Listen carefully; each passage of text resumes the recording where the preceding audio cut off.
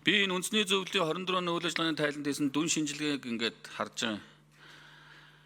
Тэгээд энэ дүн шинжилгээнд нэгт үндэсний зөвлөлийн шийдвэрийн талаарх мэдээллийн ил тод байдал хангалтгүй байна. Шилэн дансны мэдээллийг цахим хуудсанда 2022 оноос хойш байршуулаагүй байна. 6 сараас хойш байршуулаагүй байна гэж байгаа. Энэ нөгөө энэ олон нийтийн яриад телевизийн ил тод нээлттэй байх байдал яаж вэ? Энэ дээр нэг хариулж өгөөч. Мөн энэ дүн шинжилгээнд дээр зар сурчлагынаас 2024 онд 4.2 тэрбум төгрөгийн орлого олсон байна. Гэвч үндэсний аудитын газрын тайланд 9.8 тэрбумыг олох боломжийг алдсан байна гэж аудит өгсөн байна. 9.8 тэрбумыг. Энийг юу гэж үзэж байгаа вэ? Хоёрт асууя. Гуравт нийт ажилчдын хамгийн бага болоод хамгийн өндөр цалингийн хэмжээ хэд байна? Дундаж цалин хэдийг авж байна? Одоо энэ 500 гаруй 600 орчим одоо ажилчид маань. Би буруу санаагүй бол 2-3 жилийн өмнө 22-23 оны үед бас л бахан ажил боо юм болоод манай их хурлын гишүүдээс оюун чим гишүүд рүү очиод нэг хурал зөвлөгөө хийж исэн. Тэндээс харахад бол бас их улс төрждөг газар юм байна гэдгийг харагдахаар байсан. Тэгээ сая одоо Монсор даргын одоо тайланд бас Мерсер дурдаг хариултанд дурдагдаа л байна. Тэгээд тэндээс юу вэ гэхээр энэ үндэсний зөвлөл нь бас цаг хугацаанд хурлуудаа хийхгүй байгаа асуудлууд яригадаад байна. Тайланд тэр хяналтын зөвлөлийн тайланд харагдаад тусаад байна. Энэ төсөв төлөлгөөг цаг хугацаанд нь хэлэлцэж баталдаггүй, үйл ажиллагааны тайлан цаг хугацаанд нь хэлэлцэж баталдаггүй, хойшлуулдаг гэдэг энэ асуудлууд чинь яагаад цаг хугацаанд хийгддэггүй юм бэ гэдгийг тэр сая түрүүн шижир гишүүний асуултанд юугээд хариулчихв? Өдөр зөвлөлийн гишүүдийг үндсэн бүтэц орон тооныхоо 500-600 орчим ажилтныхаа орон тоонд оруулаад баталсан гэх юм. Ийм юм байж болдгүй юм уу? Энийг санхүүгийн бүхэл бүтэн газар нэгтлангууд нь юу гэж үзээд энийг батлаад явж байдгийг. Үндэсний зөвлөлчин компаниар бол тузын гишүүд дээ. Тузын гишүүдийг компанийнхаа ажилчдын орон тоонд батлаа явж байдаг ийм байгууллага байдаг юм уу? Болдгүй юм уу? Энэ ямар хуультай зөрчилдөх вэ? Энэ нь түрүүнд тодорхой хариулт өгөөгүй. 20 жил болж байгаа үндэсний олон нийтийн яриад телевизийн тухай хуульд нэмэлт өөрчлөлт оруулах хэрэгцээ шаардлага юу байна гэж та бүхэн үзэж байна. Ийм боловсруулсан хуулийн төсөл байна уу? Та бүхэн 2 жилийн өмнө одоо 24 оны 4-5 сар засгийн газарт үн тарифаа нэмэгдүүлэх ийм санал өгсөн гэсэн. Энэ өнөөдрийг болтол асуудал нь шийдэгдээгүй явж байна. Энд яагаад ингэж шийдэгдээгүй юм бол юу гэж та бүхэн тухайн үед хариултыг өгсөн бол энэ дээр танаа үйл ажиллагааны санхүү өр төлбөрийг нэлээд барагдуулсан харагдаж байна. Барагдуулахаас аргагүй юм байна. Яагаад тэгэхээр 24 онд сангийн сайд та нар төсвөөс 5.6 тэрбум төгрөгийн татвар авдаг байсан, татаас авдаг байсан бол энийг чи 2 дахин нэмэгдүүлээд 10 тэрбум төгрөгийн татаас өгдөг болсон байхгүй. Ингээд алдагдлыг чи ерөөсөө ингээд шууд ардсан. Энэ тэрнээс үйл ажиллагааны одоо сайн гэдэг юм уу, орлого одоо сайжраад зардлаа бууруулад ингээд алдагдал бууссан юм ерөөсөө харагдахгүй. Та нарт өгдөг татаасыг 5 тэрбумыг чинь 10 тэрбум болгож өгдөг болсон. Ингээд алдагдлыг чи шууд ардсан. Ийм л одоо санхүүгийн тайлангаас чинь тоо харагдаж байна. Тэгээ өнөөдөр бид нар ингээд хараат ус бидаасан байдалтай байх ёстой. Гэтэл та бүхний төсөв санхүү одоо улсын төсөв хилцээд байж хад манай төрийн байгуулалтын байнгын орны их асуудалд ерөөсөөр орж ирэхгүй байхгүй юу? Манай гишүүд мэдэхгүй. Сангийн сайдын багцад явж байгаа та бүхний төсөв. Тэгээ нөгөө хараат ус байдал чинь засгийн газраас сангийн яамнаас хараатай байгаа юм биш үсттэй. Төсөв санхүүгээрээ барьцаалагдсан байгаа юм биш үсттэй гэдэг ийм хар төрхөөр байгаа байхгүй юу? Тэгээ би байнгын орны гишүүдэд цаашдаа тайлангийн нь болохоор бид нар хэлцэх үүрэгтэй. Санхүүгийн нь болохоор сангийн сайд нэмж хасахыг мэддэг ийм одоо зарчимгүй юм байж болох юм уу? Цаашдаа энийг одоо хайш нь одоо оруулахын ч гэдэг юм уу? Гэх мэтчлэн ингээд олон асуудлууд одоо бас үндэсний олон нийтийн яриад телевизтэй холбоотой асуудлууд байна. Би та бүхний танаа хамт олонний хийж байгаа олон ажлуудыг үүсгэхгүй. Олон сайн ажлуудыг хийж байгаа.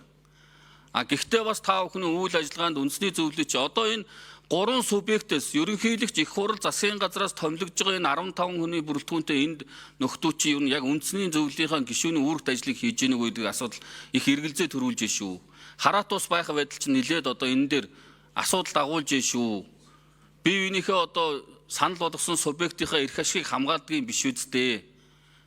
Хараат бус байдлаар ажиллаж чадахгүй тэнд очиж улс төржүүлээд байдгийн биш үсттэй гэдэг ийм асуудлууд бас одоо танаа байгууллагуудаас нэлээд тавигдаж харагдахаар байна шүү.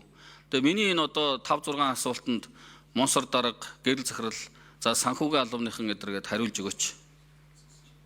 За ажлын хэсгийн 5 номерын микро. За үндэсний зөвлөлөөс бол та сая асуулаа энэ нөгөө хураамжтай холбоотой, төсөвтэй холбоотой асуудлыг за энэ маань өөрөө эргүүлээ та сая хэллээ сангийн яамны багцсан дээр бол ордог. За энэ маань өөрөө эргүүлээд бид нар бол энэ байгууллага дээр бол эрсдэл үүсгэх бол маш их тийм өндөр боломжтой. За 2023 онд 23 оны төгсгөлөөр бол манайх бүр ажилчид маань одоо бас тухайн үед нэлээд юм хүндрэлтэй байдалд бол орж исэн.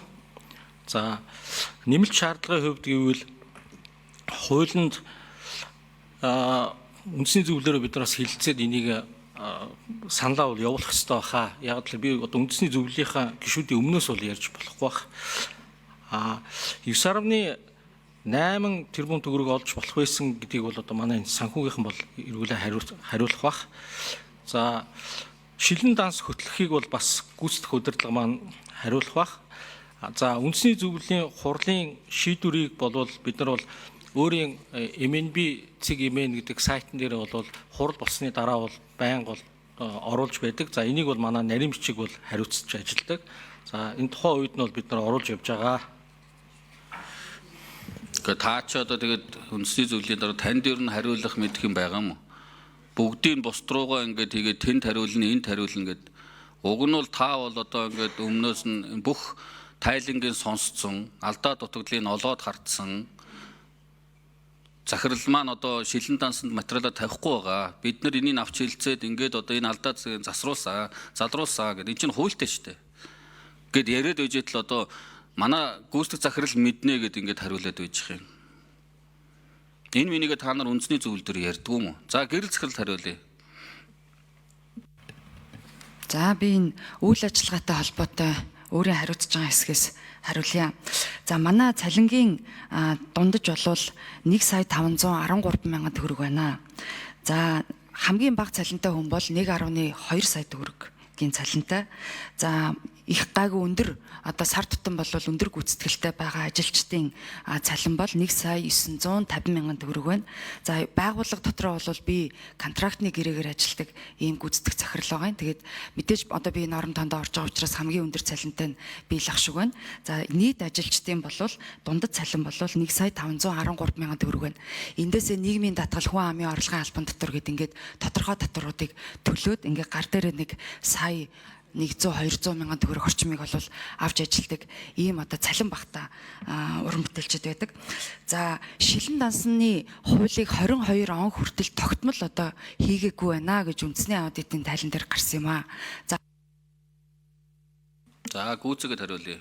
22 оноос хойш бол тогтмол энэ шилэн дансныхаа тухай хуулийн дагуу гүйлгээ үйл баримтуудыг бүгднийг одоо нийтэлж ажиллаж байгаа. Шилэн данс руу орохоор одоо манай байгууллагын үйл ажиллагааны бүхий л одоо тайлан болол гарнаа.